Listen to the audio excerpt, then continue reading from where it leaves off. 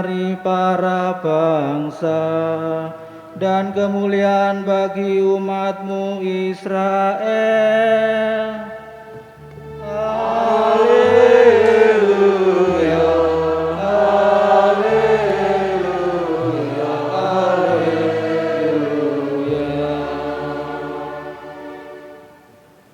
Tuhan bersamamu. Inilah Injil suci menurut Markus.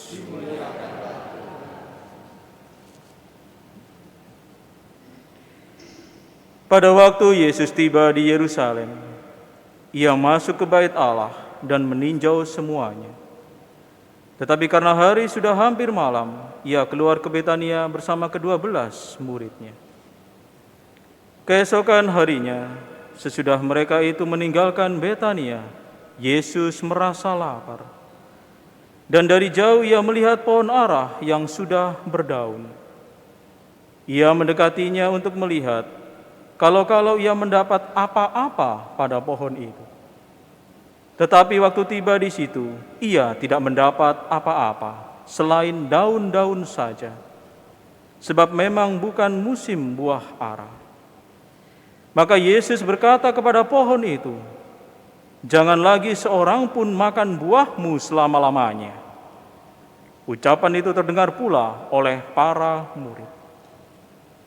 Maka Yesus dan murid-muridnya tiba di Yerusalem. Sesudah masuk ke bait Allah, mulailah Yesus mengusir orang-orang yang berjual beli di halaman bait Allah. Meja-meja penukar uang dan bangku-bangku pedagang merpati dibalikannya. Dan ia tidak mengizinkan orang membawa barang-barang melintasi halaman bait Allah.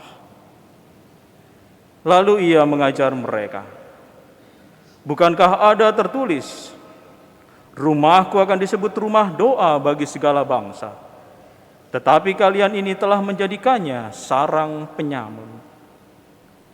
Imam-imam kepala dan ahli-ahli Taurat mendengar tentang peristiwa itu. Maka mereka berusaha untuk membinasakan Yesus. Tetapi mereka takut kepadanya, sebab mereka melihat orang banyak takjub akan pengajarannya. Menjelang malam mereka keluar lagi dari kota. Pagi-pagi Yesus dan murid-muridnya lewat dan melihat bahwa pohon ara itu sudah kering sampai ke akar-akarnya. Maka teringatlah Petrus akan apa yang telah terjadi. Lalu berkatalah kepada Yesus, "Rabi, lihatlah, pohon ara yang kau kutuk itu sudah kering." Yesus menjawab mereka, "Percayalah kepada Allah. Aku berkata kepadamu, sesungguhnya barang siapa berkata kepada gunung itu, beranjaklah dan tercampaklah ke dalam laut, maka hal itu akan terjadi, asal ia tidak bimbang hati, tetapi percaya bahwa apa yang dikatakannya itu akan terjadi. Karena itu aku berkata kepadamu, apa saja yang kalian minta dan kalian doakan akan diberikan kepadamu, asal kalian percaya bahwa kalian akan menerimanya. Dan jika kalian berdiri untuk berdoa, ampunilah dahulu sekiranya ada barang sesuatu dalam hatimu terhadap seseorang, supaya juga Bapamu yang di surga mengampuni kesalahan-kesalahanmu. Tetapi jika kalian tidak mengampuni, maka Bapamu yang di surga juga tidak akan mengampuni kesalahan-kesalahanmu." Demikianlah sabda Tuhan. Terpujilah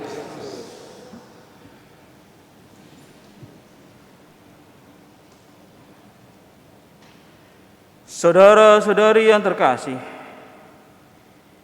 kisah Yesus dan pohon ara tidak sekadar memperlihatkan kuasa Yesus akan alam ciptaan.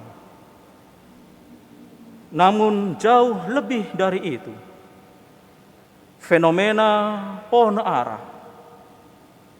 yang diperlihatkan di dalam Injil hari ini. Yesus hendak mengajarkan sesuatu kepada para muridnya dan kita semua, bahwa Allah itu Maha Tahu dan Dia melihat segala gerak-gerik kita umat manusia. Allah selalu melihat, mengamat-amati apakah ada pada diri kita terjadi pertumbuhan iman dan kerohanian. Dan pertumbuhan itu apakah kita menghasilkan buah? Apakah iman dan kerohanian kita menghasilkan buah adanya? Dan sebagaimana itu tampak ketika Tuhan kita Yesus Kristus melihat-lihat pohon ara. Apakah ada buah? Ternyata tidak ada. Hanya ditemukan daun saja. Demikianlah kita. Apakah kita sebagai orang beriman, sebagai orang Katolik, apakah iman dan kerohanian kita telah menghasilkan buah, ataukah kita hanya menjadi manusia berdaun belaka?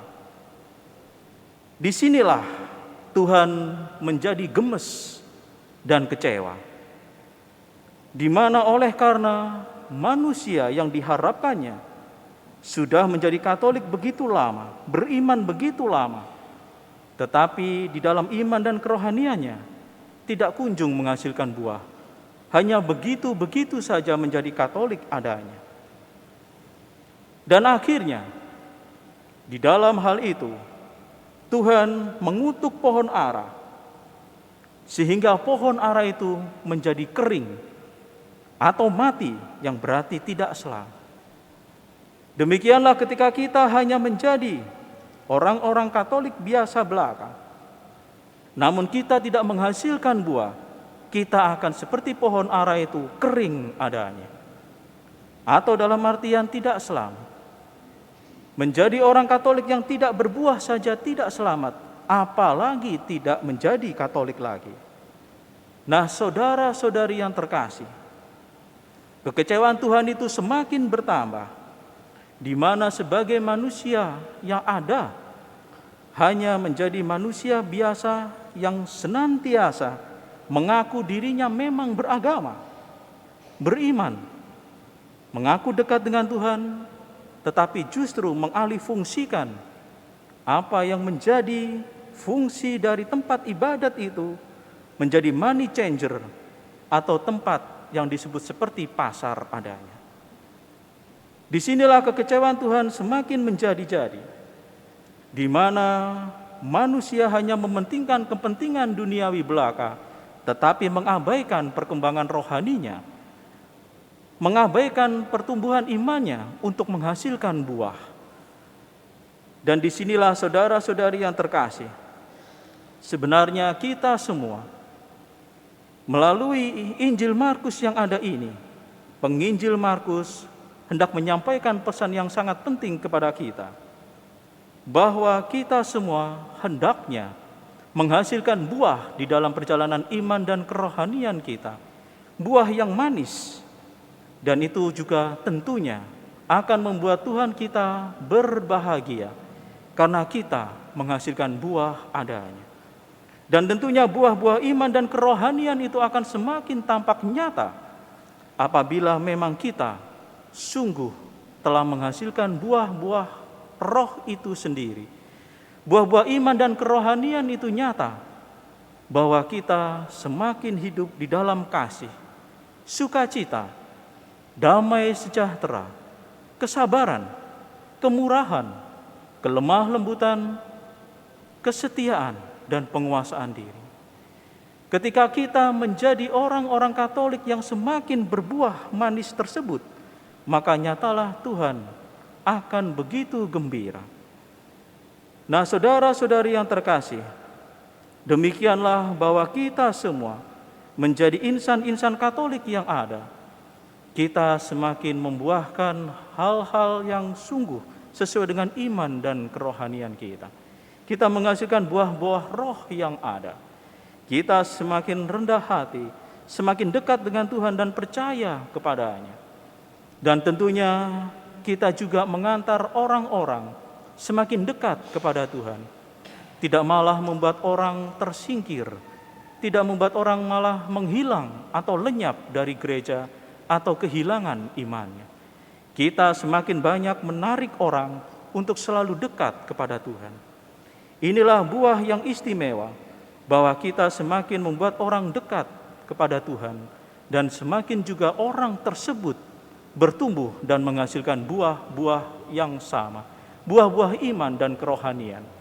Sehingga Tuhan begitu gembira kepada kita semua, karena kita didapatinya berbuah. Karena kita didapatinya berbuah, maka Tuhan akan selalu mengenal kita dan akan membawa kita ke dalam keselamatan.